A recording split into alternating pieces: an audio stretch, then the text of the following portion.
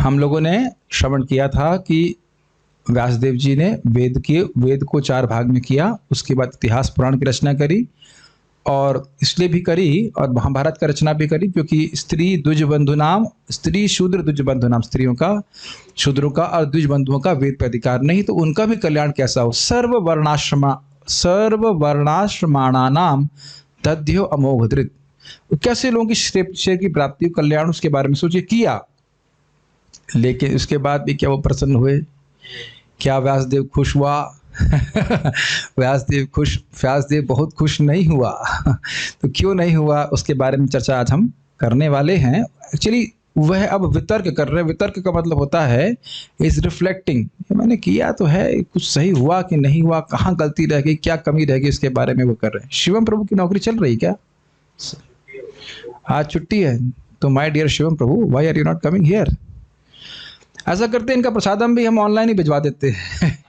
अरे भाई वृंदावन में हो तब तो साक्षात सुनो, या हमको सोच रहे हैं हमको वायरस लग गया है। हमको वायरस नहीं लगा अभी तक, आप आ सकते हैं, आपकी इच्छा हो। तो अब किस प्रकार से वह प्रवृत्त हैं और उनके चित्त में क्या प्रभाव हुआ, ये सब लिख करके भी आप आज सुनने वाले हो। मेरे पीछे बोलिए। श्रीमद् भागवतम प्रथम स्कंद 4 अध्याय 26वां से शुरू कर रहे हैं। एवं प्रवृत्तस्य सदा एवं प्रवृत्तस्य सदा भूतानां श्रेयसी द्विजः सर्वात्मकेनापि यदा न तुष्यद् हृदयं ततः एवं प्रवृत्तस्य सदा भूतानां श्रेयसी द्विजाः सर्वात्मकेनापि यदा न तुष्यद् हृदयं ततः एवं प्रवृत्तस्य सदा भूतानां श्रेयसी द्विजाः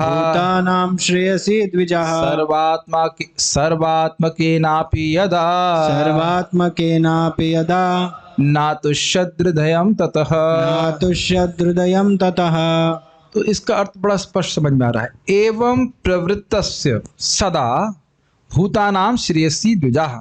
हे द्विजों, अर्थात सूत गोस्वामी कह रहे हैं, हे शौनक आदि ऋषि, एवं प्रवृत्तस्य मतलब इस प्रकार से, एवं मतलब इस प्रकार से। ये जो व्यासदेव जब इस प्रकार से प्रवृत्त थे, प्रवृत्त मतलब वेदों को 4 भाग में करना, इतिहास पुराण की रचना करना, महाभारत इत्यादि की रचना किया।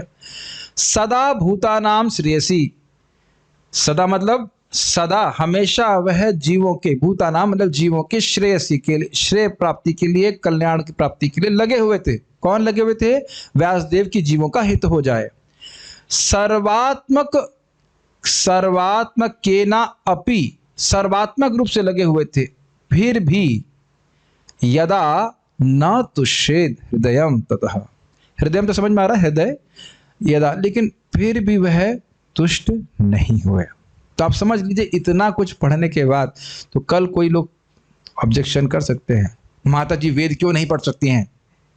तो देखिए, वेद पढ़ने के बाद, वेद की शाखा पढ़ने के बाद जो लिखने वाला है वही संतुष्ट नहीं है, तो आपको वहां प्रयास करने की क्या जरूरत है? आपको पका पकाया फल भागवत दिए जा रहा है, तो उसी में प्रवृत्त होना चाहिए। जिसको लिखने के बाद व्यासदेव भी संतुष्ट हुए, बोलने के बाद सुखदेव गोस्वामी संतुष्ट हुए, परिषद महाराज श्रवण करने के बाद संतुष्ट हुए, सभी लोग संतुष्ट हुए, तो कोई दिक्कत नहीं है ना। पत्ते गिनने के लिए नहीं दिया जाए तो कोई दिक्कत नहीं है, आम खाने को मिल रहा है। मान लीजिए, सोच लेना चाहिए, मान लीजिए सब लोग आम का जूस पी रहे हो, आम के फल खा रहे हो, और आपको बोला जाए जाओ जाके पेड़ के पत्ते गिनो, तब गिनेंगे आप? कहेंगे हम क्या किसी से कम है जो पेड़ के पत्ते नहीं गिन सकते? मेरी बात समझ रहे होंगे हम क्या बोल रहे हैं कटाक्ष में। तो ये कोई दिक्कत नहीं है कि अगर आप लोगों को, आपका किसी भी व्यक्ति को अगर वेद पढ़ने का अधिकार नहीं है तो ना हो, हम वेद का जो कल्पतरु फल है भागवत पढ़ने के, भागवत श्रवण के अधिकारी निश्चित रूप से। तो ये इसका अनुवाद हुआ, इसका अनुवाद पढ़ते हैं प्रभुपाद जी के द्वारा। हे द्विज ब्राह्मणों, यद्यपि वे समस्त लोगों के समग्र कल्याण कार्य में लगे रहे तो भी उनका मन भरा नहीं। देखिए, मन भरा नहीं का अर्थ ये नहीं होना चाहिए कि मतलब तृप्त, हाँ ऐसे कह सकते हैं, मन भरा नहीं का अर्थ है तृप्त नहीं हुए, संतुष्ट नहीं हुए, मजा नहीं आया। लाभ तो हुआ, ऐसा नहीं है कि लाभ नहीं हुआ, लेकिन अतिशय श्रेय की प्राप्ति कराना चाहते थे। वो श्रेय आप जानते हो, भगवत प्रेम, तो वो समझ रहे थे कि ना, इससे तो वो कल्याण जो है मतलब हुआ नहीं। अपने से समझ रहे थे, भगवान के अवतार है, तो उस प्रकार से वह सोच रहे थे। अपने कर्तव्य के संपन्न होने से चित्त में संतोष होना आवश्यक है। ये लाइन समझ में आई आपको? मान लो हम करणामृत प्रभु को कहते हैं, इन्हीं को पकड़ते हैं बार बार, लेकिन मान लीजिए हम कहते हैं कि प्रभु जी कल आपने हलवा बनाना है फॉर एग्जाम्पल, तो अपना कर्तव्य समझ के भाई भक्त अपना सेवा समझ के करेंगे कि नहीं? और नहीं हुआ तो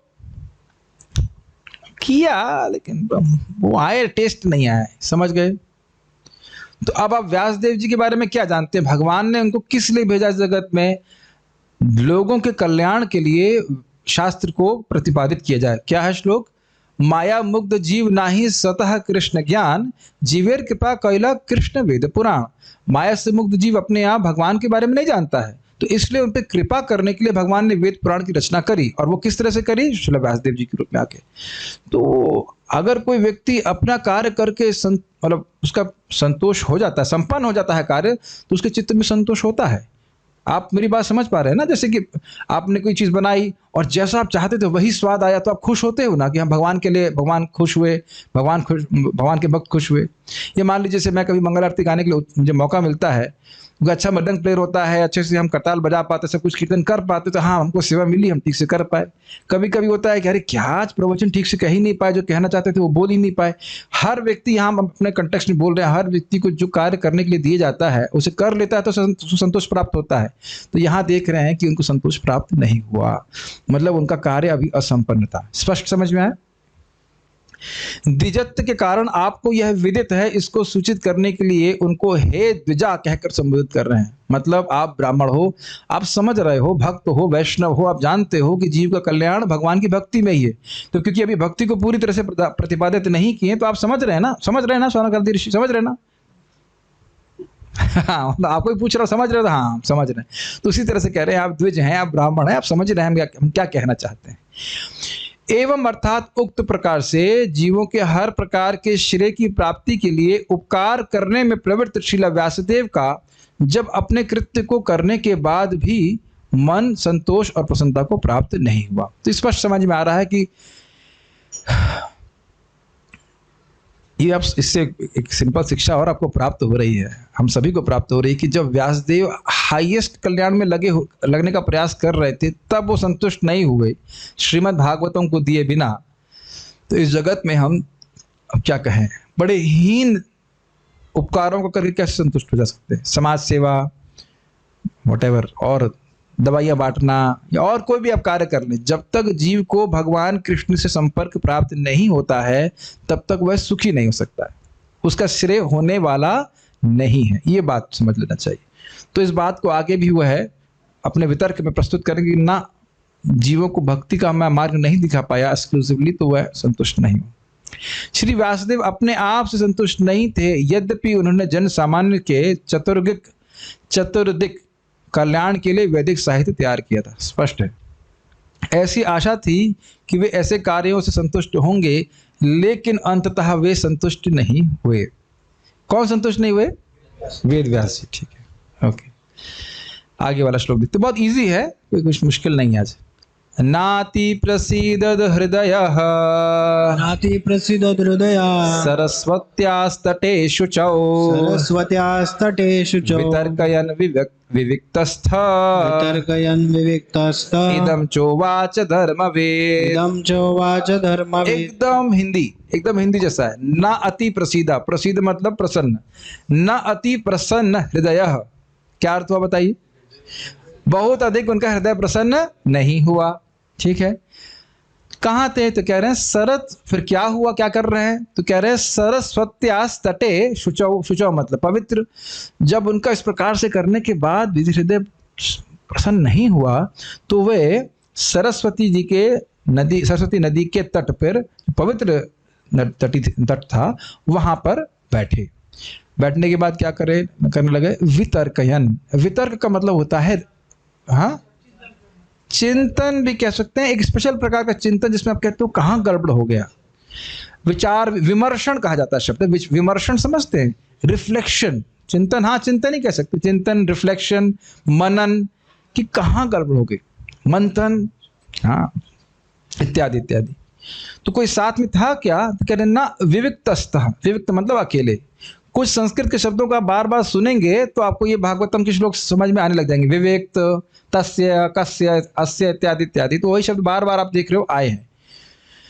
तो अगर मैं कहूं दूरस्थः मतलब दूर स्थित, अंतःस्थः मतलब अंतः में स्थित, विविक्तः मतलब एकांत में स्थित, विविक्त मतलब अकेले रहना, अकेले थे। अकेले का अर्थ ये समझ लेना चाहिए कि शिष्य भी आसपास नहीं थे। इदम च उवाचा, उवाचा मतलब बोले, यह बोले। तो आप कहेंगे अरे अभी आप कह रहे हो कि विविक्तस्थ अकेले, और अभी कह रहे हैं कि उवाचा, उवाचा मतलब बोले, जब कोई था ही नहीं तो बोले किससे, अपने आप से बोले, अपने आप से बोले। कैसे कर पा रहे चिंतन, तो कह रहे धर्मविद, वो धर्म को जानने वाले थे, वास्तविक धर्म को जानने वाले थे।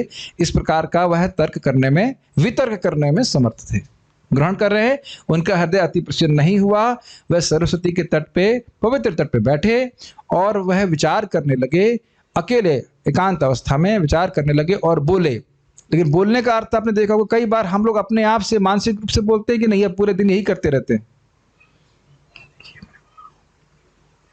मन में कुछ ना कुछ चलता रहता है कि नहीं। तो यही बोल रहे हैं, उवाचा मतलब मानसिक रूप से अपने पे वो विचार कर रहे थे।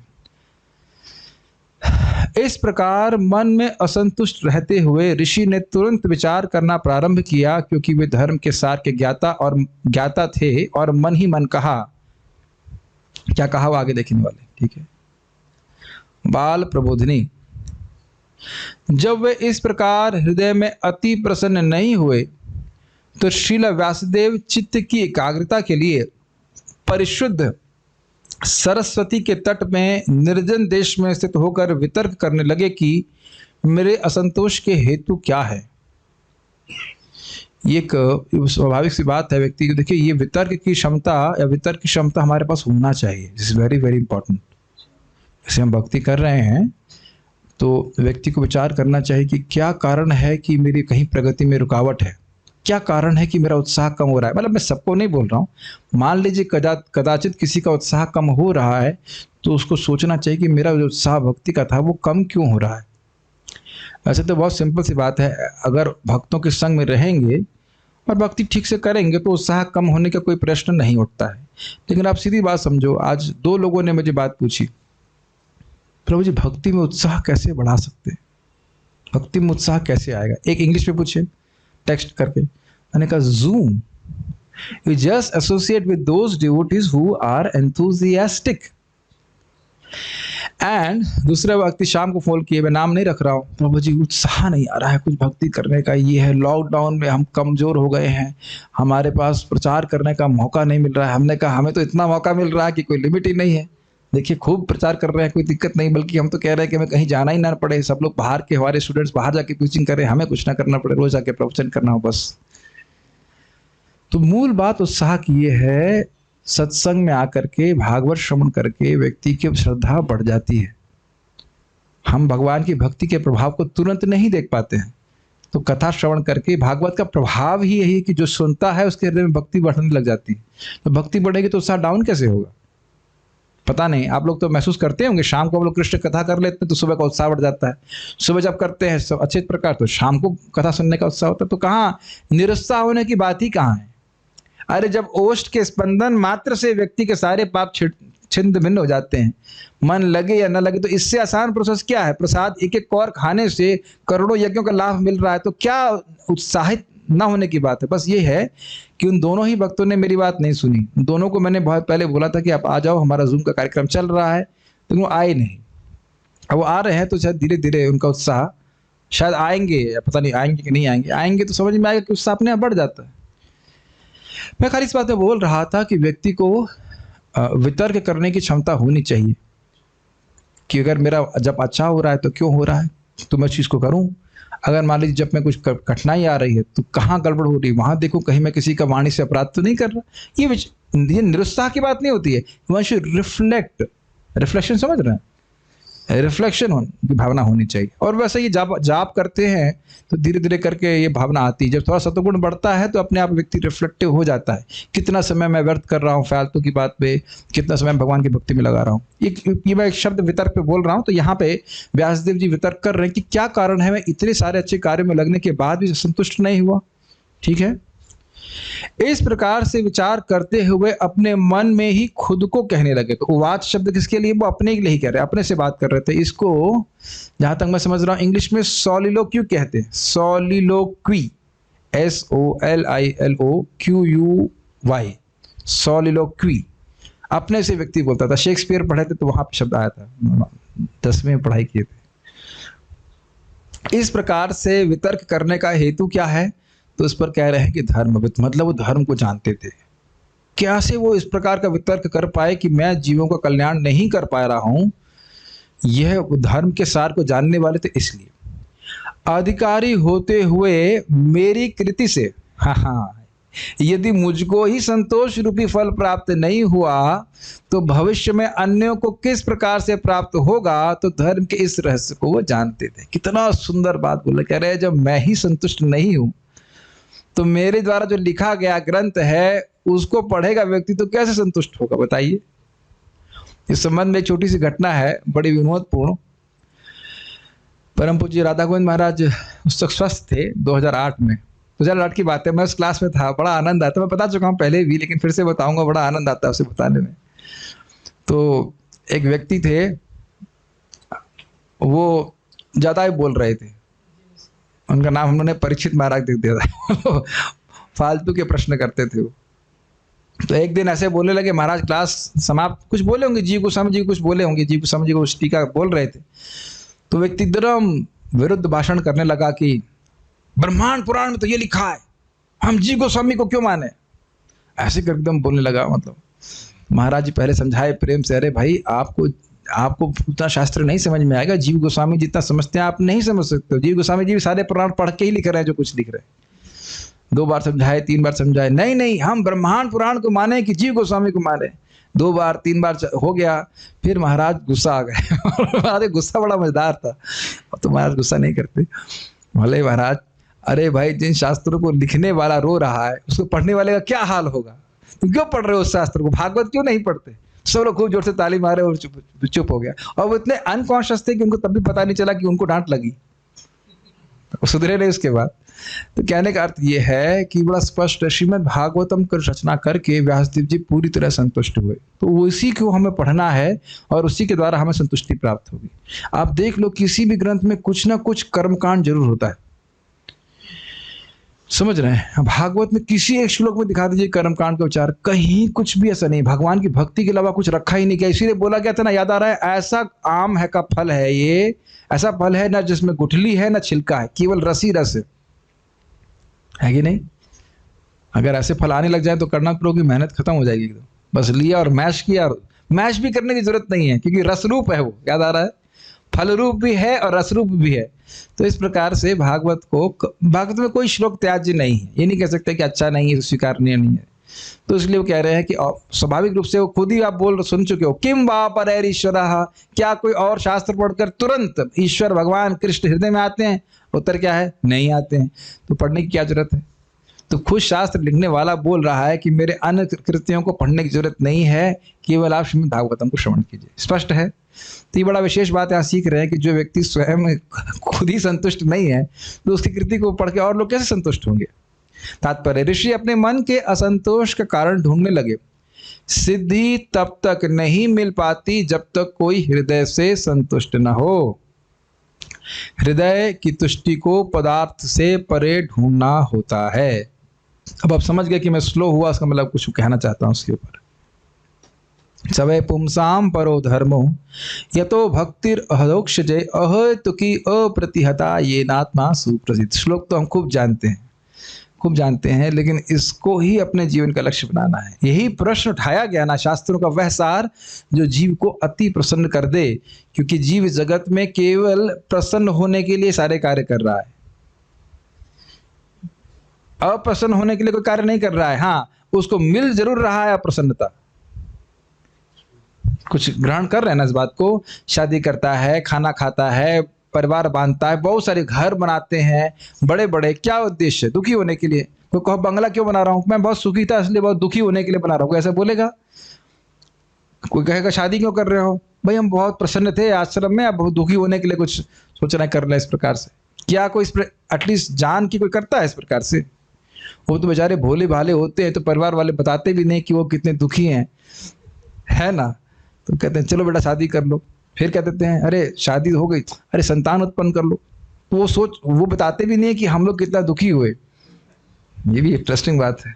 हमारे वो एक महाराज जी, क्या नाम उनका, हलधर महाराज, बड़ा विनोद करते हैं, कह रहे हैं जब सब लोग शादी करके दुखी हैं तो कोई दिक्कत है कि लोग कोई बोल नहीं रहा है कि हम दुखी हैं, इसलिए ये जो है व्यापार चलता जा रहा है। सब लोग मान लो सभी लोग रोने लग जाए, अखबार में इश्तिहार आता है ना शादी का, ये लिखते हैं भाई इस लड़की से शादी करके आप बहुत दुखी होंगे तो कोई शादी करने वाला है, ये तो नहीं बताते ना। ये माया का बहुत बड़ा मतलब विस्तार है जबरदस्त। सब दुखी होते हैं लेकिन बोलता कोई नहीं कि हम दुखी हैं। नहीं, हम कहाँ चले गए, हम बात खाली ये कर रहे थे कि जब तक भगवान से प्रीति नहीं होती है तब तक जीव कभी सुखी नहीं हो सकता है। ये क्लियर समझ में आ रहा है? और दूसरी लाइन श्रील प्रभुपाद की बहुत अच्छी है, हृदय की तुष्टि को पदार्थ से परे ढूंढना होता है। Amazing line. प्रभुपाद की बहुत सिंपल सी बात लग रही देखने में, कितनी गंभीर है ना। पूरी सभ्यता इसीलिए दिग्भ्रमित है कि नहीं, दिग्भ्रमित मीन्स मिसडायरेक्टेड। वो वहां पे सुख ढूंढने का प्रयास कर रहे हैं जहां बिल्कुल सुख नहीं है। एक मोबाइल फोन से दूसरा मोबाइल फोन से तीसरा मोबाइल फोन से, एक लैपटॉप से ये, एक पत्नी से दूसरी पत्नी से, ऐसे ऐसे ऐसे करके। मुझे जिनसे हमने सब स्पीकर वगैरह खरीदे हैं उनके दो डाइवर्स तो हो चुके हैं शायद ऐसे।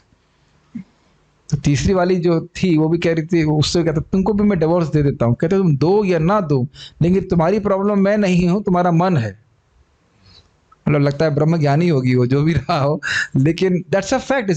It's not by changing wifes and husband, changing laptops and smartphones can we can happy. भौतिक वस्तुओं के आयोजन से जीव कभी संतुष्ट नहीं हो सकता। जैसे मछली को पानी से बाहर निकाल लीजिए, समझ रहे हैं? उदाहरण कई बार हम सुन चुके हैं, लेकिन अपने हृदय में इसको हृदय में धसा लेना चाहिए बात। भगवान की भक्ति करके ही हम सुखी होंगे, है कि नहीं? It's very nice line. Krishna कथा, कृष्ण भक्ति के द्वारा व्यक्ति संतुष्ट होगा, ये ग्रहण करना चाहिए। ओके, अब वह विचार कर रहे हैं, अपने गुणों पे विचार कर रहे हैं कि भाई कहीं ऐसा तो नहीं है कि हमारे में कुछ कमी रह गई हो। ग्रंथ तो लिखा हो सकता, हमारे में कुछ कमी रह गई इसलिए मैं संतुष्ट नहीं हुआ हूं।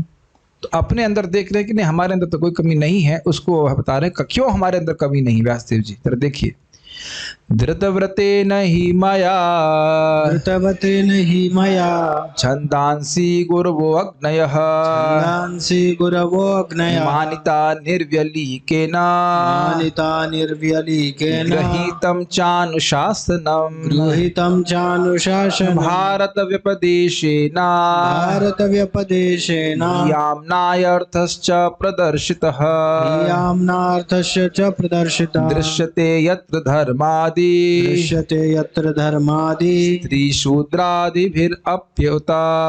श्रीशूद्रादिभिरप्युता। देखिए, धृतव्रते न ही, धृत व्रत न, धृत धारण किया मैंने सारे व्रत का, ब्रह्मचारी व्रत इत्यादि और जो भी व्रत होते हैं उन सबका मैंने पालन किया। धृत व्रते न ही मया, मेरे द्वारा व्रतों का पालन निश्चित रूप से हुआ ही, मतलब निश्चय। छंदांसी मतलब वेद, छंदांसी गुरुवो अग्नयः मानिता, छंदांसी मतलब वेद का, गुरुवो मतलब गुरुजनों का, अग्नि मतलब यज्ञ इत्यादि करने का, मान्यता मतलब मेरे द्वारा ये सम्मानित हुए, मतलब मैंने इनको ठीक प्रकार से किया। कैसे किया? निर्व्यलीकेन, कोई छल नहीं किया। जैसा जैसा करना चाहिए, जैसे वेद पढ़ने चाहिए थे, जैसे गुरुओं को सम्मान करना चाहिए था, जैसे अग्नि को संतुष्ट करना चाहिए था होम इत्यादि करके, उसमें मैंने कहीं कोई चीटिंग नहीं करी। अपने धर्म पालन करने में मैंने कोई कमी नहीं करी। गृहीतम चानुशासनम, सम्मान तो किया ही, साथ साथ इनके आसन अनुशासन को मैंने ग्रहण किया। जैसे मैं कहता हूँ, मान लीजिए मैं अपने को कह रहा हूँ कि भाई जब करते समय सो नहीं, तो व्यक्ति जो अगर नहीं सो रहा है तो मेरे अनुशासन को ग्रहण कर रहा है कि नहीं। मेरा मतलब जो भी स्टैंडर्ड प्रोसीजर है मैंने करती है। कभी कभी लोग कहते हैं प्रभु जी हमको बहुत मानते हैं, हमको बड़ा सम्मान करते हैं, मंगल आरती के लिए उठ रहे हैं, नहीं जब कर रहे हैं ना, हो जाता है कभी कभी, ऐसे तो कुछ नहीं। आपका दर्शन करने के लिए आए हैं हम लोग, तुम क्या दर्शन करने के लिए आए?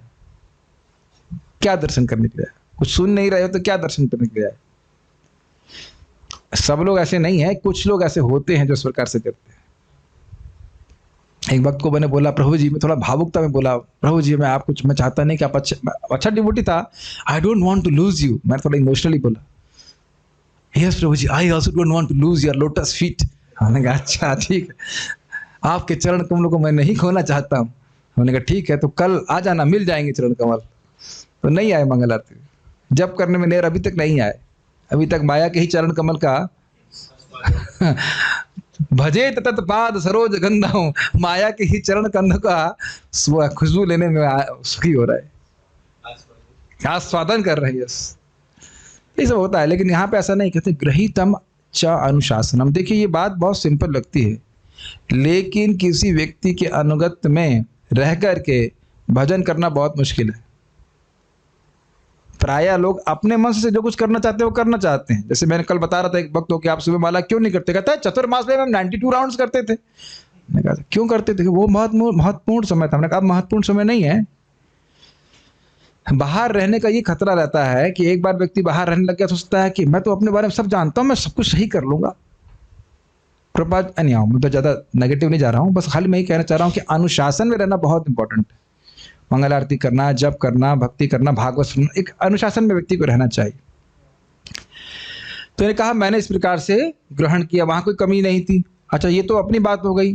अब दूसरों का कल्याण करने के बारे में देखिए, कह रहे हैं भारत व्यपदेशेना, भारत मतलब महाभारत के व्यपदेश अर्थात उपदेश के द्वारा, मतलब महाभारत की रचना करने के द्वारा ही आमनाय अर्थश्च प्रदर्शितः, आमनाय अर्थात वेद, तो मैंने वेदों का ये जो प्रयोजन है, वेद का अर्थ भी है, वे प्रदर्शित कर दिया।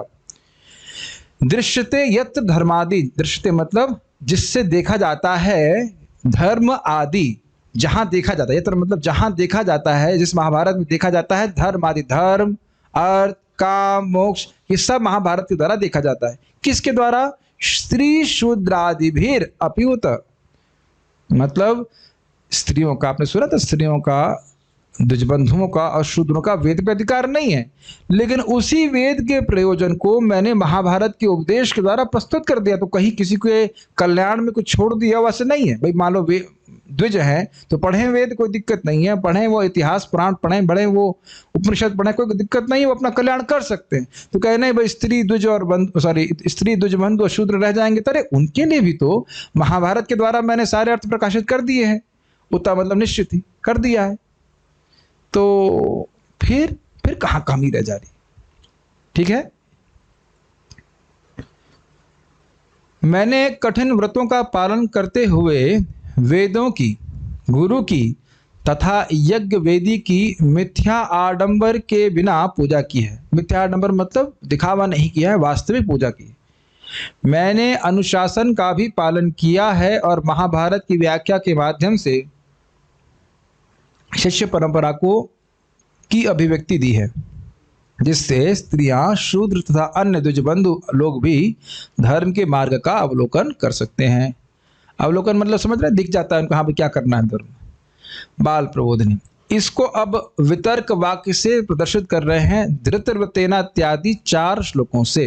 वितर्क वाक्य समझ गए? वितर्क मतलब होता है रिफ्लेक्शन, विचार विमर्शन। व्रत पालन करने, छंद अर्थात वेद की सेवा, गुरु व अग्नि की सेवा के लिए ब्रह्मचर्य आदि जो उपयुक्त नियम हैं उनका मैंने पालन किया है। स्पष्ट कैसे पालन किया है?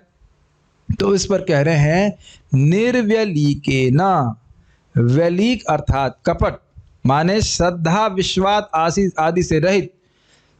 तो इससे रहित होकर मैंने बड़ी श्रद्धा पूर्वक छंद आदि का पूजन किया है। ये बहुत महत्वपूर्ण बात है। हम एक व्यक्ति को जानते हैं, अब तो मैंने उनको कहा भाई मैं आपका अथॉरिटी नहीं रह सकता, लेकिन एकदम चीटिंग बाज, एकदम चीटिंग बाज। मैं ऐसे खैर क्लास में नहीं बोलना चाहता हूँ, लेकिन वो मतलब एकदम दिखाई पड़ता है कि वो वजन करना नहीं चाहता है, और केवल इसीलिए कि भाई हाँ खाने पीने की व्यवस्था मंदिर में होती रहे वो लगा हुआ है। कभी उसे पूछो मंगल आरती, हाँ प्रभु जी आया था, मैं आया तो आप दिखा नहीं आपको, मैं दिखा था, मैं तो फिर एक दिन मैं उसके रूम पे गया, वो सोच भी सकता नहीं था कि मंगल आरती के बीच में प्रभु जी आ जाएंगे 4:45 बजे।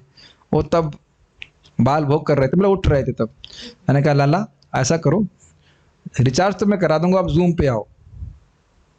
वो जूम पे भी नहीं आए थे। फिर मैंने कहा भाई, मैं हाथ खड़ा करते, मैंने कहा ठीक है, अब आप परफेक्ट हो चुके हैं, मैं आपकी कोई गाइडेंस नहीं कर सकता। तो इस प्रकार से आप देखेंगे कि लोग चीटिंग करते हैं, दीनबंधु प्रभु कटाक्ष करते हैं, कहते हैं कुछ सारे ब्रह्मचारी ऐसे नहीं होते हैं, हमारे ब्रह्मचारी बहुत अच्छे हैं, आप देख रहे हैं, उसमें कोई दिक्कत नहीं। एक दो ऐसे कुछ लोग होते हैं, इसे कहते हैं पे योर रेंट जपा। समझते हो? तो जप इसलिए नहीं कर रहा है कि भगवान की प्राप्ति करनी है, कहीं मंदिर से निकालना दे तो जाकर बैठ जाते हैं। कुछ लोग ऐसे होते हैं, इसीलिए मैं यहाँ पे पहले फिल्टर कर देता हूँ, देख लेता हूँ भाई भजन कर रहा है कि नहीं, भक्ति करना चाहता है कि नहीं करना चाहता। तो बहुत सारे स्थान है, लेकिन ये स्थान नहीं है। आप निर्वेली के ना, तो इस प्रकार से कपट करके भजन नहीं करना चाहिए। इस पे एक और विनोद की बात है, एक शिष्य था, ये बड़ा मजेदार है। गुरु जी कहे बेटा जरा वो ठाकुर जी की सेवा के लिए जरा वो थाली बना दो, तो बनाया नहीं। कह रहा गुरु जी मैं भी कुछ, बस अभी तो उठा, बस स्नान करके आ रहा हूँ। गुरु जी पूरा आरती पूजा कर लिए, वो नहीं किया कुछ। उसके बाद वो कहे कि अच्छा जब कर लिया, नहीं कुछ मंदिर ही सफाई कर लो।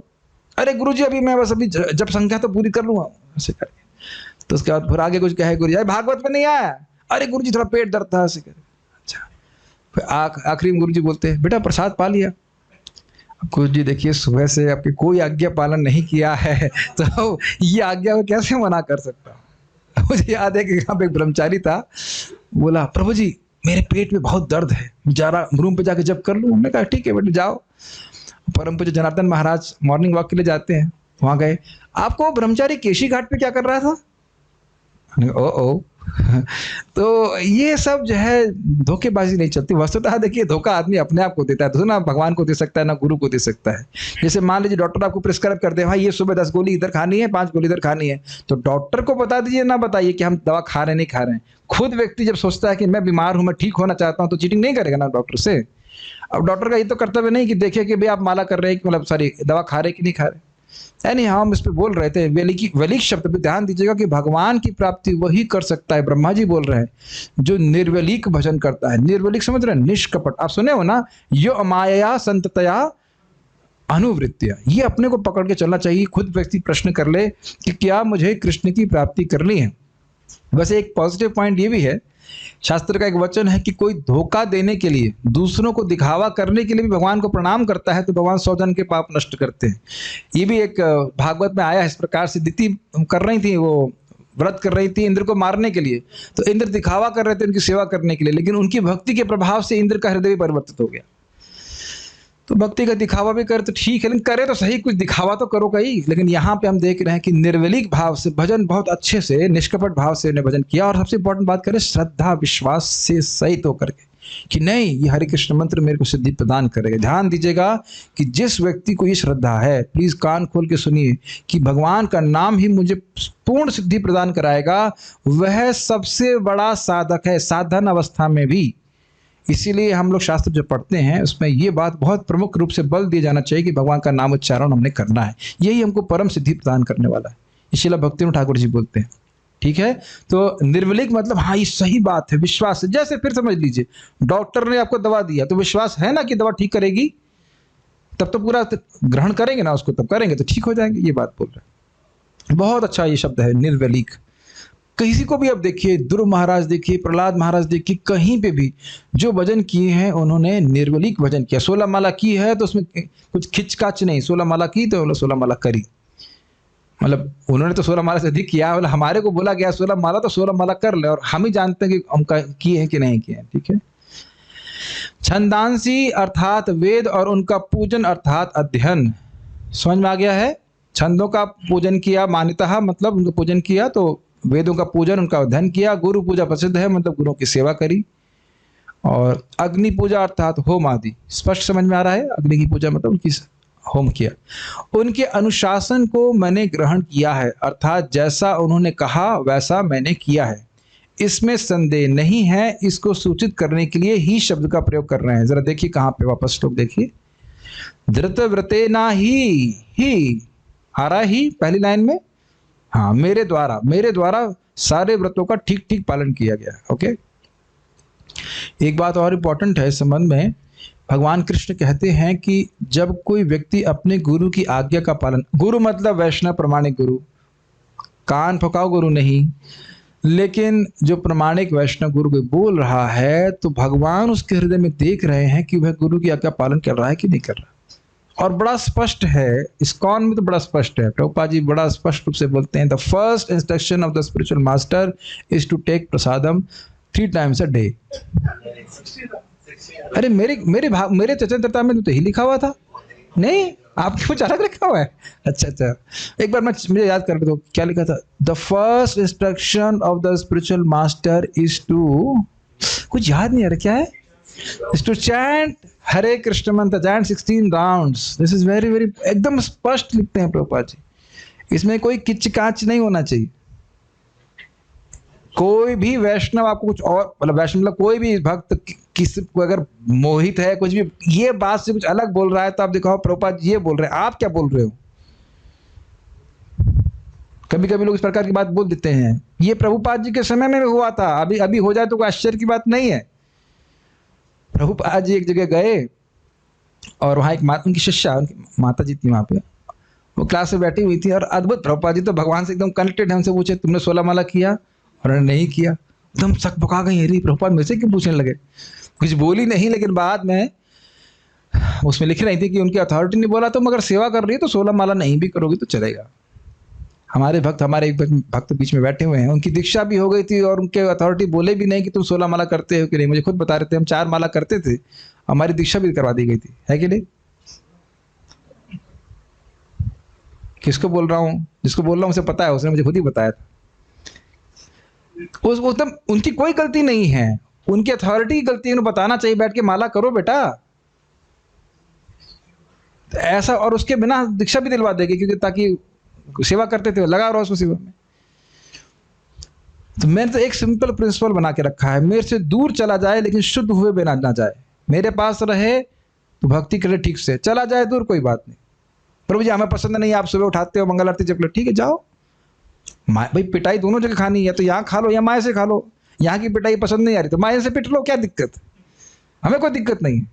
यहाँ पिटना तो नहीं होता है, तो आनंद आने लगता है जब करने में, लेकिन अगर यहाँ तपस्या नहीं करना चाहते तो माए से पिटाई खा लो, तपस्या तो करना ही है, इज इट नॉट। लेकिन ये सत्य बात है कि व्यक्ति इस प्रकार से शुद्ध होगा। We must train devotees like military discipline because they will be happy, और ये प्रभुपाद जी भगवद गीता में लिखते हैं। तो मैं खाली बोल रहा था कि इस प्रकार के अनुशासन को ग्रहण करना चाहिए। प्रभुपाद जी अपने लेक्चर में बोल रहे हैं, unless you are discipline in any field how you can progress. बताइए आप लोग जो सॉफ्टवेयर इंजीनियरिंग वगैरह जो भी कुछ कर रहे हो, क्या ऐसे बिना डिसिप्लिन के सीख गए?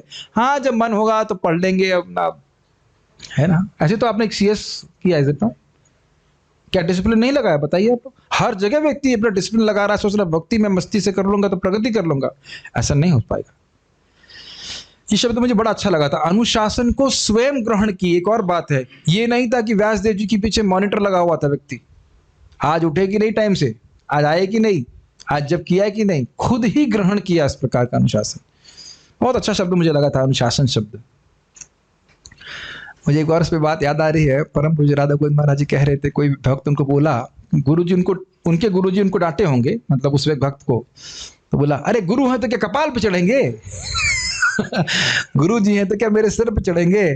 तो हाँ भाई, तुमने गुरु स्वीकार क्यों किया? गुरु मतलब ही जो तुम्हारे सिर पे चढ़ के बोले नहीं नालायक ऐसा मत कर, ऐसा कर, इज इट नॉट? और आपने गुरु स्वीकार क्यों किया? तो लोग अजीब अजीब धारणाओं से गुरु स्वीकार करते हैं।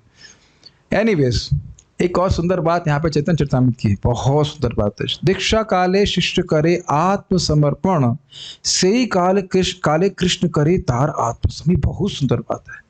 दीक्षा के समय व्यक्ति आत्मसमर्पण करता है तो गुरु को, तो कृष्ण उसे अपना मानते हैं। बहुत सुंदर बात है। लेकिन इसका रॉन्ग एप्लीकेशन जरा सुनिए, बड़ा मजेदार रॉन्ग एप्लीकेशन है।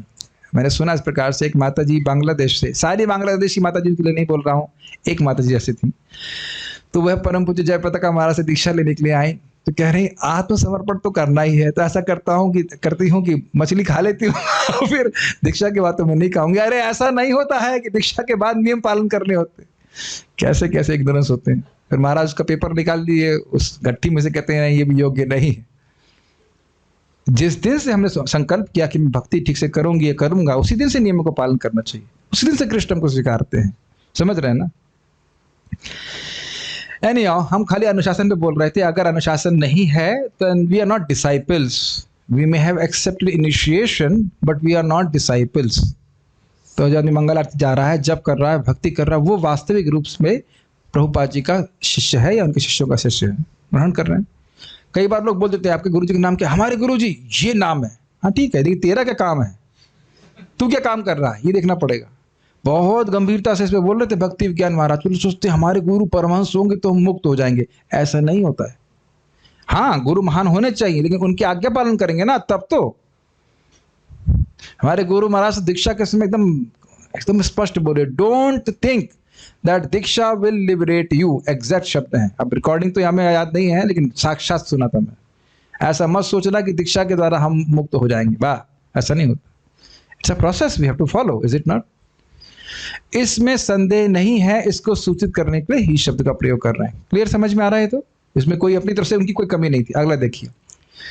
साथ ही महाभारत के निरूपण के द्वारा आमनाय अर्थात वेद के अर्थ को भी मैंने प्रदर्शित किया है। तो समझ में आ रहा है? वेद के द्वारा जैसे अन्य लोग लाभ उठाते, तो महाभारत को पढ़ करके उसी धर्म का शिक्षा स्त्रियों आदि को मिल जाएगा। इस महाभारत में तो स्त्री, शूद्र आदि के द्वारा भी अनुष्ठित धर्म आदि को दर्शाया गया। मतलब उस धर्म का पालन करके चाहे व्यक्ति किसी भी वर्ण का हो, आश्रम का हो, किसी भी वर्ग का हो, वह आगे प्रगति कर सकता है। मैंने कल्याण करने के लिए बताया है। अन्यथा वैदिक कर्मों में उनके अनाधिकार के कारण उनकी पुरुषार्थ सिद्धि नहीं होती, तो इससे यानी महाभारत के संकलन से उनका भी उपकार हो गया। मतलब अपनी तरफ से तो मेरी कोई कमी है नहीं, मेरे भजन में मैं दृढ़ रहा, व्यासदेव कह रहे हैं, और दूसरों का भी मैंने उपकार किया। और दूसरों का मतलब सभी का, ब्राह्मणों का, क्षत्रियों का, वैश्यों का, शूद्रों का, स्त्रियों का, सभी का। वहां तो कोई कमी नहीं करी। इसमें संदेह का नितांत अभाव है, इसलिए ही शब्द का प्रयोग कर रहे हैं। कहां देख लीजिए, वापस श्लोक देखिए, दूसरी लाइन में, दूसरी लाइन नहीं, लास्ट में देखिए। भारत व्यपदेशेन ही आमनायार्थश्च प्रदर्शितः। दिख रहा है आपको? ही दिखा कि नहीं दिखा आपको? जी, ही दिखा आपको? ओके।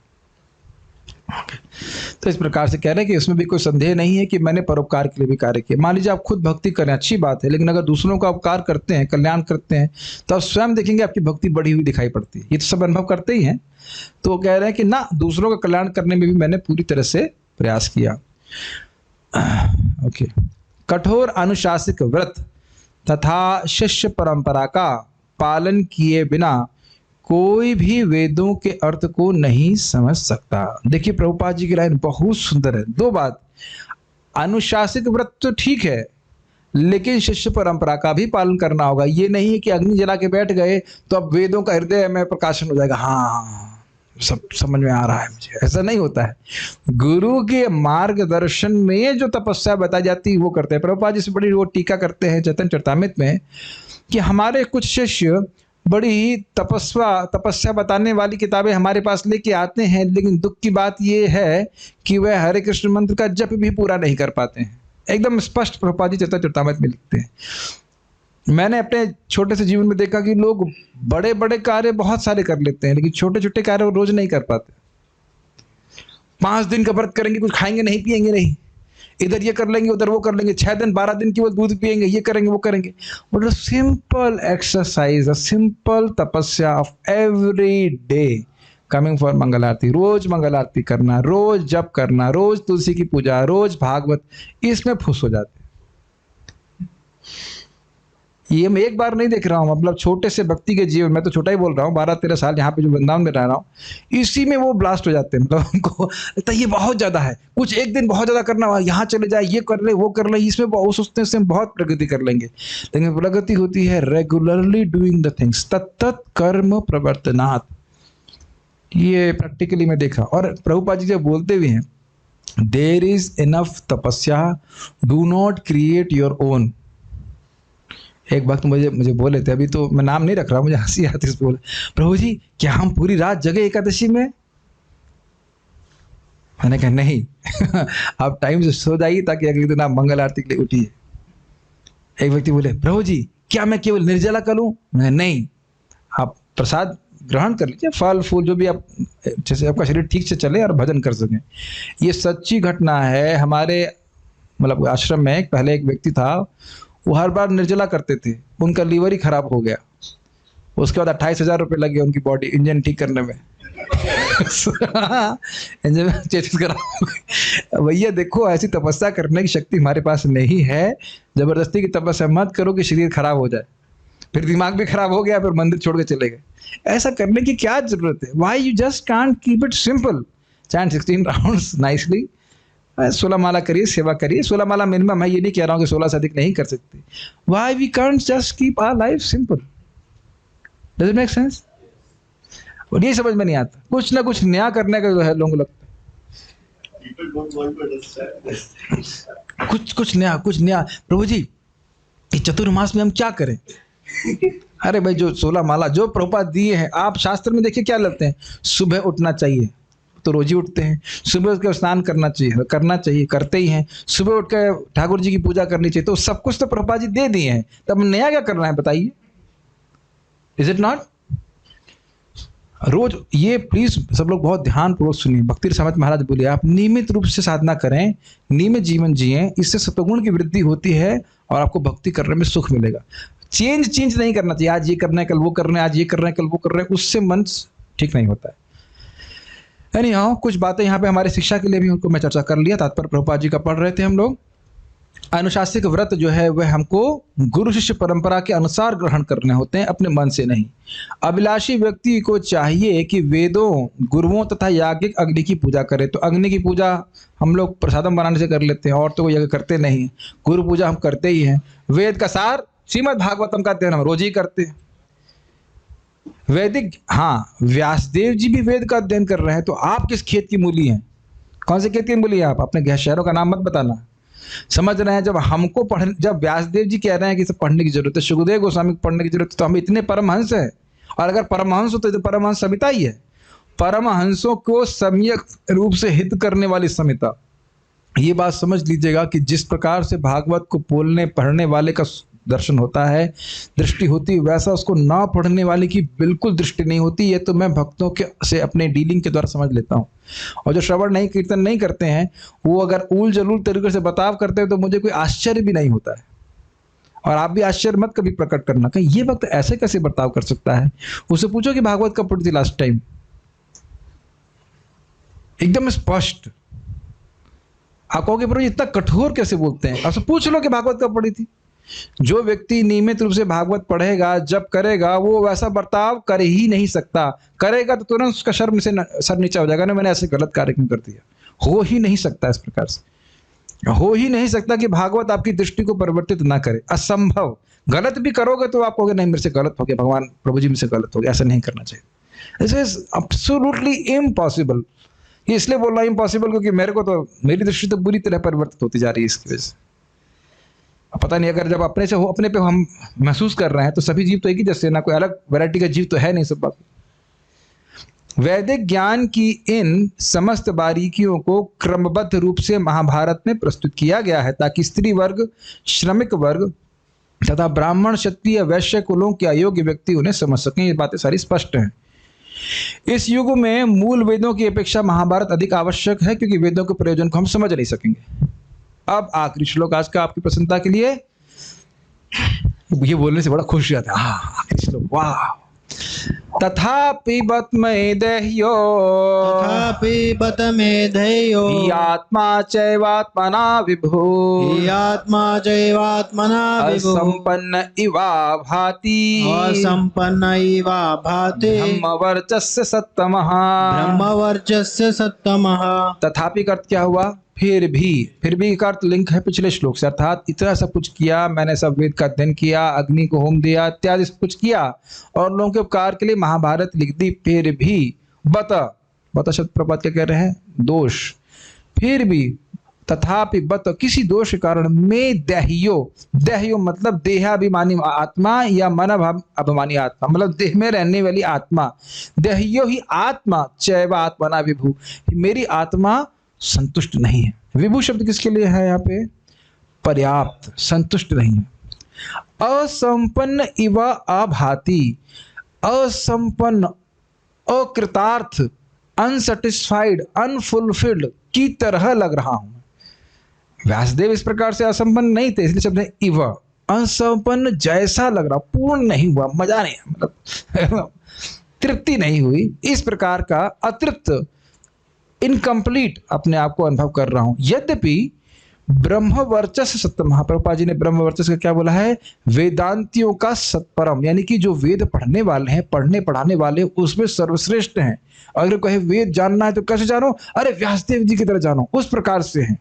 फिर भी मैं संतुष्ट नहीं हुआ। देख लीजिए, अब आप सोचिए कि अगर कोई व्यक्ति इस प्रकार की अवस्था में रह के भी असंतुष्ट है, तो सामान्य जीव जो नितांत भोगों में पड़ा हुआ है, वह कितना असंतुष्ट होगा, उसकी तो हम कल्पना भी नहीं कर सकते, है कि नहीं? जो व्यासदेव जी तपस्या की है, उसकी हम लोग कल्पना नहीं कर सकते, छू भी नहीं सकते, और वह भी श्रीमद् भागवतम के बिना अपने आप को असंतुष्ट मान रहे। तो उससे श्रीमद् भागवतम का विशेषता समझ में आती है। वेदों के लिए जितनी बातों की आवश्यकता है, यद्यपि मैं उनसे पूर्ण रूप से सज्जित हूं, तथापि मैं अपूर्णता का अनुभव कर रहा हूं। बाल प्रबोधिनी। इस प्रकार स्व आचरित धर्म का निरूपण करके उनके फल के व्याभिचार को कह रहे हैं अथ आदि श्लोक से। उसको समझने का प्रयास कीजिए। स्व आचरित धर्म समझ रहे हैं? वेद अध्ययन, गुरुओं का पूजा और अग्नि का होम। भागवत नहीं है अभी, भागवत नहीं आई अभी, भागवत अभी आई नहीं। वेद का अध्ययन, गुरुओं की पूजा, यज्ञ करना, ब्रह्मचारी व्रत का पालन इत्यादि करना, और अन्यों के लिए ग्रंथों का निर्माण करना, महाभारत की रचना करना, ये सब कर लिया उनने। फिर भी इनके फल के व्याभिचार, फल मतलब वो जो संतुष्टि हृदय को प्राप्त होनी थी वो प्राप्त नहीं हुई, इसलिए कह रहे हैं फल के व्याभिचार करना, इनसे करने से भी मेरे को संतुष्टि प्राप्त नहीं हुई। इसलिए क्योंकि धर्माचरण के कारण मैं देहाभिमानी या चकार से मनोभिमानी आत्मा, इसका अर्थ अच्छा उसके देखेंगे, च शब्द देख रहे हैं यहाँ पे, कहाँ पे है? दूसरी लाइन में आया है आत्मा च, आत्मा च शब्द आ रहा है, तो कह रहे हैं कि देह अभिमानी या चका चा से मन अभिमानी, मतलब जो आत्मा अपनी देह से पहचान कर रही है या जो आत्मा अपने मन से पहचान कर रही है, वो आत्मा ब्रह्म वर्चस्व सत्तम अर्थात वेदाध्ययन अध्यापन के उत्कर्ष से उत्पन्न तेज से युक्त साधुओं में मैं सर्वश्रेष्ठ हूँ। तो मैं जो इस शरीर में हूँ, व्यासदेव कह रहे हैं जो मैं शरीर में हूँ, और अपना गुण क्या बता रहे हैं कि मैं ब्रह्म वर्चस्व सत्तम, ब्रह्म का अर्थ होता है वेद, तो वेद पढ़ने वालों में, पढ़ाने वालों में, पढ़ने वालों में और पढ़ाने वालों में भी सत्तम सर्वश्रेष्ठ हूँ।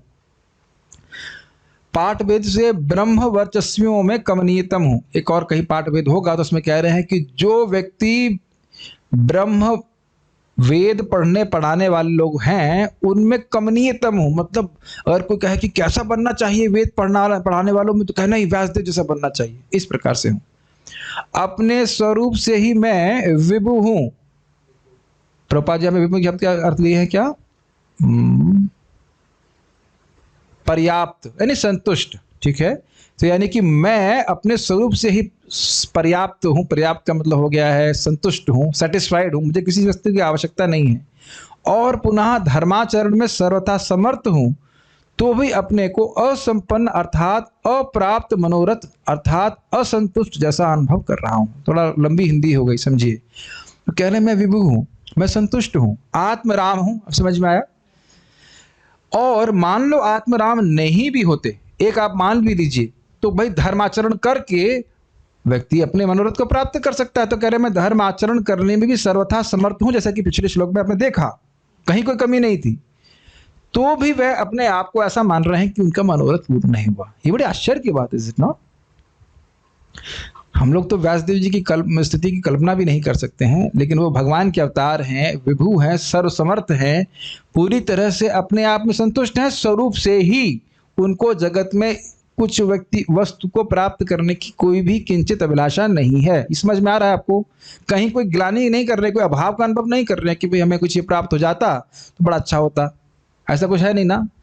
तो कह रहे हैं कि एक तो ये है, दूसरा अगर मान लो कि कुछ होता भी तो मैं धर्म आचरण करके प्राप्त कर लेता हूँ, वो भी समर्थ। तो कहते हैं ये सब करने के बाद भी मैं अपने आप को संतुष्ट अनुभव कर रहा हूँ, इसीलिए कह रहे हैं असंपन्न इव भाति।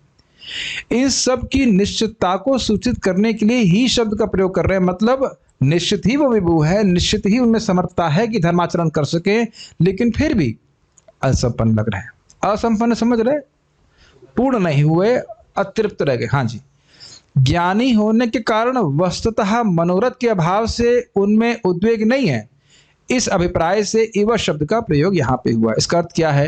वे भगवान के अवतार हैं, भगवत विषय जो जानने वाले हैं। तो ऐसा नहीं है कि उनके मन में कोई मनोरथ आ रहा हो और पूर्ण नहीं हो रहा हो तो दुखी हैं, मुंह लटकाए हुए हैं। ये एक्सप्रेशन देखा है आपने? हाय दैया, ये एक्सप्रेशन होता है ना, हाय ये नहीं मिला, हाय वो नहीं, हमारा लड़का पहले फर्स्ट आता था अब थर्ड आ रहा है।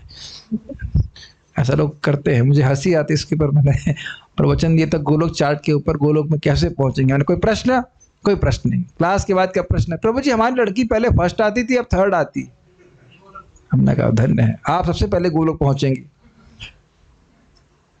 तो इस प्रकार के मनोरथ जो हीन मनोरथ हैं, ऐसा कोई मतलब है ही नहीं वास्तव जी के लिए, इसलिए कह रहे इव शब्द। मतलब ऐसा लग रहा था कि वो असंपन्न है। ठीक है, स्वप्रयास के निष्फलत्व के कारण खेद द्योतित करने के लिए बता शब्द कहा जा रहा है। तो वो कह रहे हैं, प्रभुपाद ने अनुवाद किया तो दोष। ठीक है, और दोष क्या था? दोष ये था कि प्रयास तो किया उन्होंने जीवों का कल्याण करने के लिए, लेकिन खुद ही अनुभव कर रहे हैं कि ना कल्याण हुआ नहीं। अब समझ रहे हैं, अपने वो पूरी तरह सर्वसमर्थ हैं, भगवान के अवतार हैं, भगवान के प्रेमी हैं, कोई इसमें कोई कठिनाई नहीं है, लेकिन वो सोच रहे थे कि जीवों का कल्याण इस प्रकार से होगा, और ग्रंथों को पढ़ करके ना हुआ नहीं, इतनी मेहनत करने के बाद। ठीक है, तो इसीलिए कह रहे हैं बता शब्द से ये द्योतित हो रहा है कि उनको खेद हो रहा है कि ना हम जीवों का कल्याण पूरी तरह से नहीं कर पाए। तात्पर्य निसंदेह है श्रील व्यासदेव, मैं इतना तेज जा रहा हूँ क्या आप लोगों को समझ में आ रहा है? आ जा रहा है ना? ठीक है, ओके।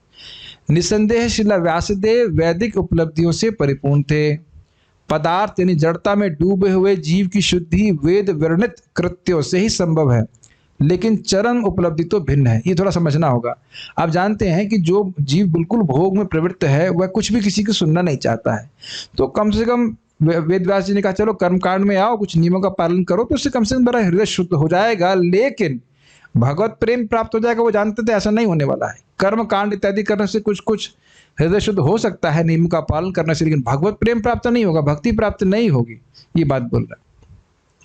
इसे प्राप्त किए बिना जीव चाहे पूर्ण रूप से सज्जित क्यों ना हो, दिव्य स्थिति को प्राप्त नहीं कर सकता। मतलब और चाहे कितने भी गुण इकट्ठे कर ले, जब तक उसे भगवान के चरणों में शुद्ध प्रेम की प्राप्ति नहीं होगी वह कभी सुखी नहीं हो सकता। आज एक भक्त पूछे कि हम गुरु को भगवान का प्रतिनिधि कैसे माने? भाई स्वाभाविक सी बात है, गुरु आपको मोर पंख लिखे होते दिखे नहीं कि नहीं? मोर पंख लिखा हुआ लगा हुआ है, वो बांसुरी बजा रहा है, ये अर्थ नहीं है। क्या अर्थ है? कृष्ण कृपा मूर्ति, कृष्ण की कृपा की मूर्ति। क्यों है? क्योंकि जो भगवान बोलना चाहते हैं वही गुरु बोलते हैं। आज मैं एकदम साक्षात महाराज से सुना, साक्षात का मतलब रिकॉर्डिंग। अपने मन से खिचखिच नहीं करना चाहिए कुछ। जो आचार्यों ने बोला है, जो भक्तों ने बोला है, पूर्ववर्ती आचार्यों ने, पर उतना प्रस्तुत कीजिए। ज्यादा व्याख्या के चक्कर में अंट संट नहीं कहना चाहिए। हो जाता है इस प्रकार से, लोग कुछ अपने ही कुछ बातें बोलने लग जाते हैं, जो है सामने वो रख दी, जिसमें क्या दिक्कत है। बोला आज मुझे पूछा, ऐसे ऐसे प्रश्न करते हैं। प्रभु जी नारद जी का तो उद्धार हो गया और उनकी माँ के बारे में कुछ बताया नहीं है, आप कुछ बताएंगे इसके बारे में? मैं आप मुझसे पूछो क्या मैं वहाँ बगल में बैठा था?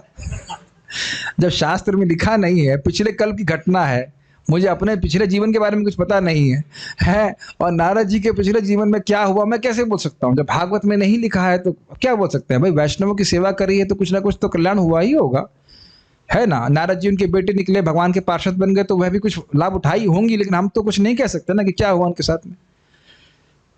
तो मैं खाली बोल रहा हूँ इस बात की, अपने मन से नहीं कहना चाहिए। भगवान की भक्ति को जब व्यक्ति प्राप्त हो जाता है तभी वह पूर्ण रूप से सुखी हो सकता है। ये बात प्रभुपाद यहाँ पे कह रहे हैं। ऐसा लगता है कि श्रील व्यासदेव ने संकेत खो दिया था जिसके कारण वे असंतुष्ट थे। मतलब लगता है कि मतलब व्यासदेव जी को बात पता है, वो आप अगले कल की क्लास में समझ जाओगे कि व्यासदेव जी समझ रहे हैं कि मैंने भक्ति का निरूपण स्पष्टता नहीं किया, इसीलिए मैं असंतुष्ट हूं, क्योंकि इस प्रकार की व्याख्या से जिसमें भक्ति को प्रतिपादित नहीं किया जाता उससे भगवान संतुष्ट नहीं होते और भक्त भी संतुष्ट नहीं होते। जब भक्त संतुष्ट नहीं है, भगवान संतुष्ट नहीं, तो मैं कैसे संतुष्ट होऊंगा? सीधी इक्वेशन। ठीक है, अब हम कुछ तो आज आप उनके वितर्क को समझ रहे हैं। तो वो कह रहे हैं कि मैं संतुष्ट नहीं हूं। अब वो है उसको आगे विचार कल देखेंगे। हम कुछ प्रश्न देख लेते हैं अगर कोई प्रश्न है।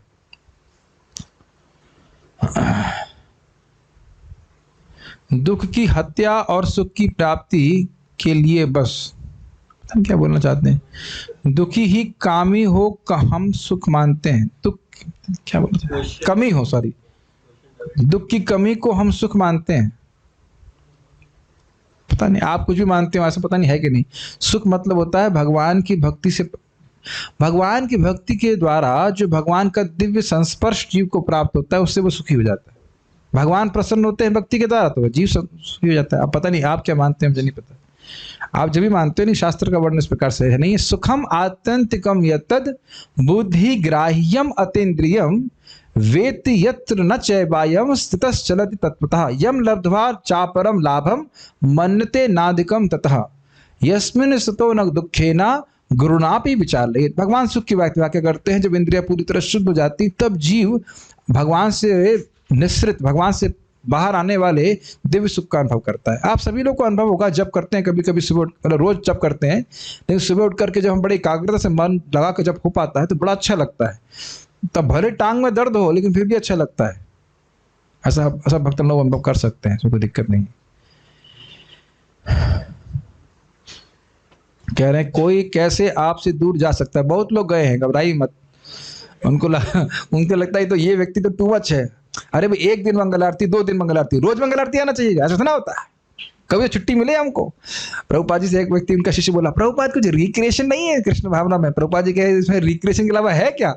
मंगल आरती जाना कोई तपस्या थोड़ी ना, आनंद है। Is it not? भगवान के सामने नाचो, गाओ, कीर्तन करो और प्रसाद खाना कोई दिक्कत है बताइए?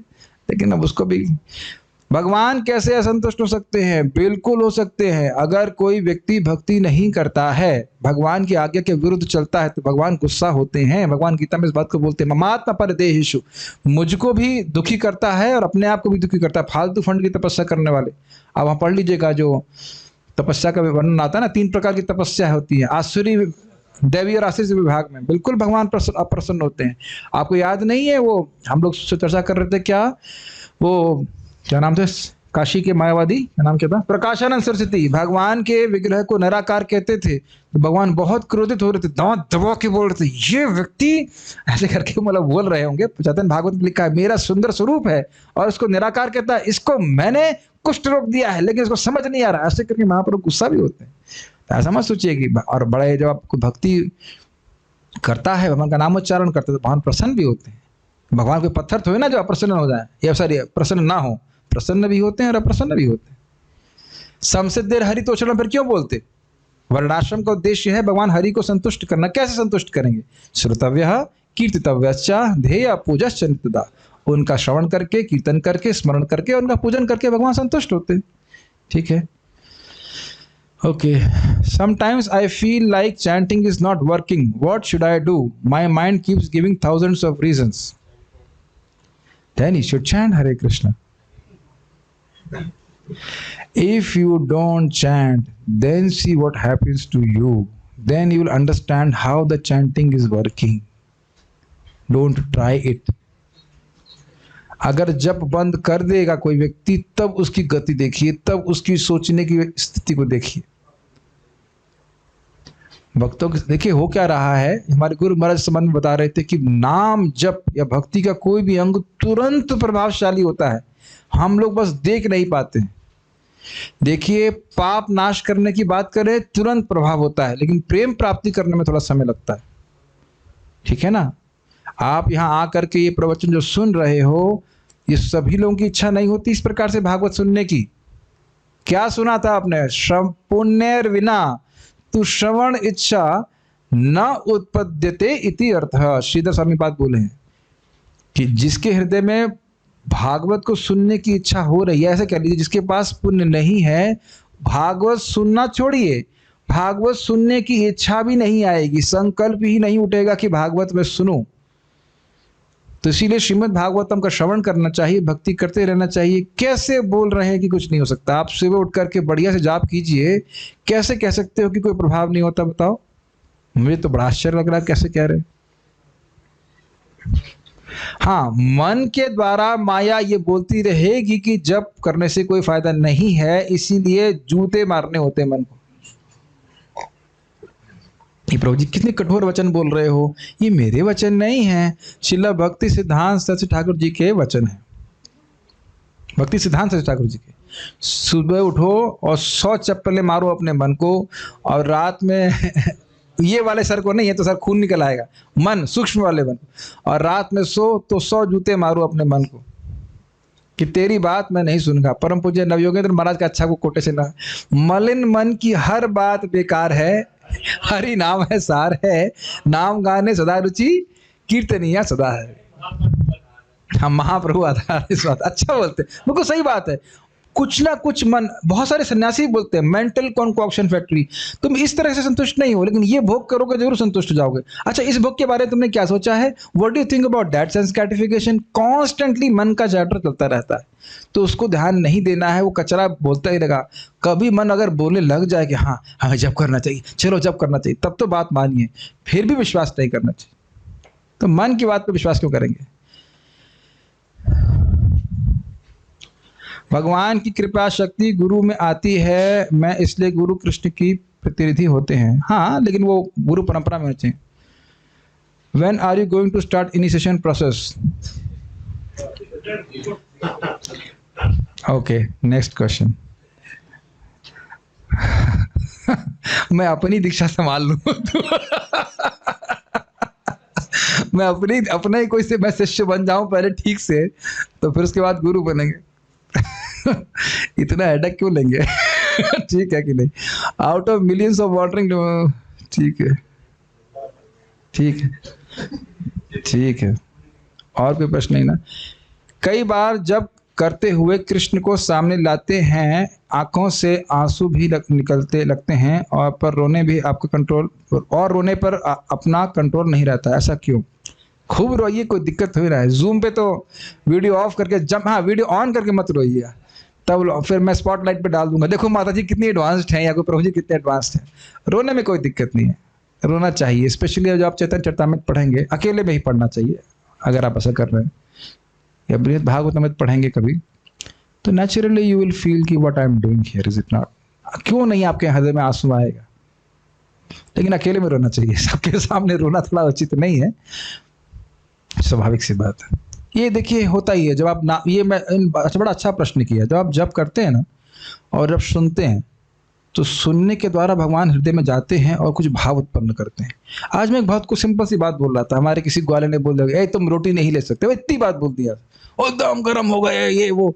मैं उनसे मजाक किया, प्रभु जी पहले आप अन्न खाते नहीं थे ना, तो पहले आपने अन्न को छोड़ दिया था, अब अन्न ने आपको छोड़ दिया है, अब आप अन्न खाना भी चाहते हो तो अन्न आपको आपके पास पहुंच नहीं रहा। तो मजाक की बात हुई, लेकिन मैंने ये बोला कि देखिए सिंपल से 2-3 शब्द उसने बोले, आपके मन में कितना भाव उत्पन्न हो गया ना, क्योंकि आपने सुना। Is it not? होता है कि नहीं? अच्छा, उसी तरह से बहुत सीनियर डिवोटी इस बात को बोल रहे थे, जब हरे कृष्ण मंत्र बोलते हैं, सुनते हैं, सुनते सुनते वो हमारे हृदय पे कार्य करने लग जाता है। So naturally there are some feelings for Krishna which automatically comes, which is which are welcome, लेकिन उसको इमीडिएट मतलब दूसरों के सामने नहीं प्रस्तुत करना चाहिए। हमारे भक्त बता रहे थे, सन्यासी है बहुत, महाराज जी बहुत श्रेष्ठ वैष्णव है, अच्छे भक्त हैं, तो उनकी आंख में इसके आंसू आएगा, बहुत भाव बढ़ने लग जाएगा, तो फिर रूम पे चले जाएंगे। पब्लिक में रोना थोड़ा सा ठीक नहीं होता है, लेकिन कभी कभी से मान लीजिए मंगल आरती में खड़े हैं, भक्तों का अनुभव होगा, कोई अच्छा से बहुत अच्छा कीर्तन कर रहे हैं, तो भाव आ जाता है, स्पेशली वृंदावन धाम में ऐसा हो जाता है, तो उसमें कोई दिक्कत नहीं है, ठीक है। वीडियो ऑफ करके रोइए, कोई दिक्कत नहीं। मुझे पता है, मेरी क्लास सुन के भी बहुत लोग रोना आता हुआ, हम कहाँ फंस गए, कोई बात नहीं, तो no problem, we can switch off the video. और कोई प्रश्न है? कृष्ण भक्ति बड़ी बलवान है। यस, मेरी तो मटेरियल डिज़ायर है, तो मेरी इच्छा भगवान सुनते हैं कि कैसे सुकृति है, पुण्य है। ये आपको मैंने पहले भी बताया था ना, कल परसों बता रहा था ना बात। परम पूज्य वृंदावन चंद्र महाराज जी की बहुत सुंदर बात थी ना, कि देखो भाई, भक्ति निष्काम भाव से करे, बहुत अच्छी बात है। जैसे कोई पत्नी पति की सेवा कर रही है, कुछ ना मांगे तो बहुत अच्छी बात है। वैसे ऐसा होता तो है नहीं कभी कुछ ना कुछ तो होता ही है एक बार। हाँ, तो लेकिन मान लीजिए वो कुछ मांगे तो अपने पति से ही मांगे तो उचित है ना। भीख मांगे बाहर जाके तो अच्छी बात नहीं है। तो अगर कोई कामना है तो क्या करेंगे बताइए? कामना है तो कामना है, तो इसका अर्थ ये नहीं कि व्यक्ति भक्ति नहीं कर सकता, भक्ति ही कर रहा है। भक्त सकाम भक्त तो होता ही है ना, भक्ति कर रहा है। लेकिन आप आश्चर्य करोगे, हम आपको जब हम पढ़ाते जाएंगे रास्ते में आएगा, रास्ते मतलब उस श्लोक में आएगा, चक्रवर्ती बात कहते हैं कि कोई सकाम भक्त है ही नहीं। व्हाट?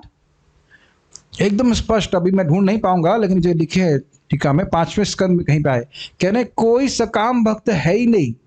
क्योंकि जो भगवान कृष्ण की भक्ति कर रहा है वो करता रहा करता रहा करता रहा करता रहा, वो निष्काम हो ही जाएगा।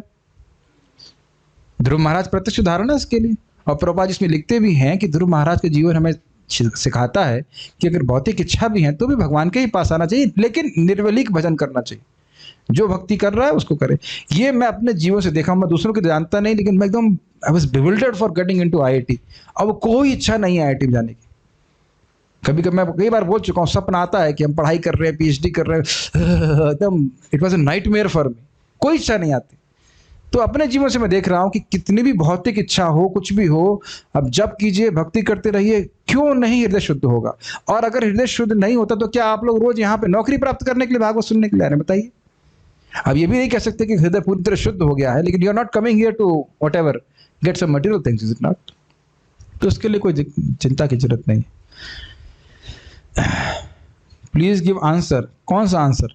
$1 मिलियन क्वेश्चन करे। $1 मिलियन क्वेश्चन पैसे मिलेंगे क्या उत्तर देने के? दीक्षा? अरे बाबा, मैं अभी खुद तो दीक्षित हो जाऊं, दीक्षा का पालन नहीं कर पा रहे हैं। Prabhupada ji said a true devotee don't try to mechanically express his real bhav, it happens naturally. हाँ ठीक है, but it means he will. आप उसको समझ नहीं रहे हैं। अगर आप जप कर रहे हैं, भागवत पढ़ रहे हैं, मान ले आपके हृदय में भाव आ, जैसे आप भीष्म परम पूज्य राधा गोविंद महाराज जी की भीष्म स्तुति सुनिए। जब महाराज इस प्रकार से वर्णन करते हैं कि भगवान कृष्ण एकदम आतुर आकुल व्याकुल हो जा रहे हैं कि अर्जुन को मार देंगे, अर्जुन को मार देंगे, या अर्जुन बोल रहे हैं कि मैं बोलूंगा तो मुझे भाव आने लग जाता है। लेकिन वो अर्जुन से, मैं बता देता हूँ, कहानी बहुत अच्छी है कि अर्जुन और दुर्योधन, आप जानते हो प्रसिद्ध घटना है कि दोनों ही भगवान कृष्ण से उनकी सहायता मांगने के लिए गए थे। पता है आपको बात? तो अर्जुन जो है वह भगवान के चरणों के पास थे, और दुर्योधन अपने को समधी मानते थे, भगवान के साइड में थे। तो भगवान इस समय शयन कर रहे थे, और भगवान ने आंखें खोली तो कहा, अर्जुन आप आए? तो उतने में दुर्योधन बोलता है, द्वारकाधीश हम भी आए हैं। ओ, आप भी आए हैं? तो ने कहा, हाँ, युद्ध हम लोग के बीच में युद्ध होने वाला है, आपकी सहायता के लिए हम आए इस प्रकार से। तो भगवान कृष्ण ने कहा, देखिए युद्ध अपने संबंधियों के बीच में है, तो मैं तो युद्ध नहीं करूंगा। आप या तो मुझे चुनाव कर लीजिए जो मैं युद्ध नहीं करूंगा, और या फिर मेरी नारायणी सेना को, एक अक्षौहिणी सेना को ले लीजिए। प्रसिद्ध घटना है, बड़ी सुंदर घटना है। और तो फिर कहा कि अर्जुन पहले, मतलब अर्जुन पहले मांगेंगे। तो दुर्योधन कहते नहीं, मैं पहले आया था। आप पहले आए थे हो सकता है, लेकिन मैंने अर्जुन को पहले देखा, और अर्जुन छोटे भी हैं, तो इसलिए उनको पहले अधिकार दिया जाना चाहिए। तो दुर्योधन को दुख होने लगा, क्या मांगेगा। तो अर्जुन ने कहा कि कृष्ण, मैं चाहता हूं कि आप मेरे साथ रहिए। तो दुर्योधन ने कहा, ठीक है, सेनापति को आदेश दिया जाए। अब और कोई बात कृष्ण से करने के लिए नहीं थी। जब वो चले गए तो कृष्ण ने कहा, तुम पागल हो, मैं युद्ध नहीं करूंगा, और निहत्था हूं, अकेला हूं, और तुमने मुझे मांगा। ये क्या किया तुमने अर्जुन? युद्ध में तो सेना की आवश्यकता होती है ना। तो अर्जुन के शब्द बड़े सुंदर हैं और हर भक्त के लिए ग्रहणीय है कि भगवान, मेरे हृदय में इच्छा थी कि मैं अपने जीवन की बागडोर आपके हाथ में दे दूं। हमें जब भी मैं बोलता हूँ मुझे बहुत अद्भुत लगता है बात। I feel so amazing, is it not?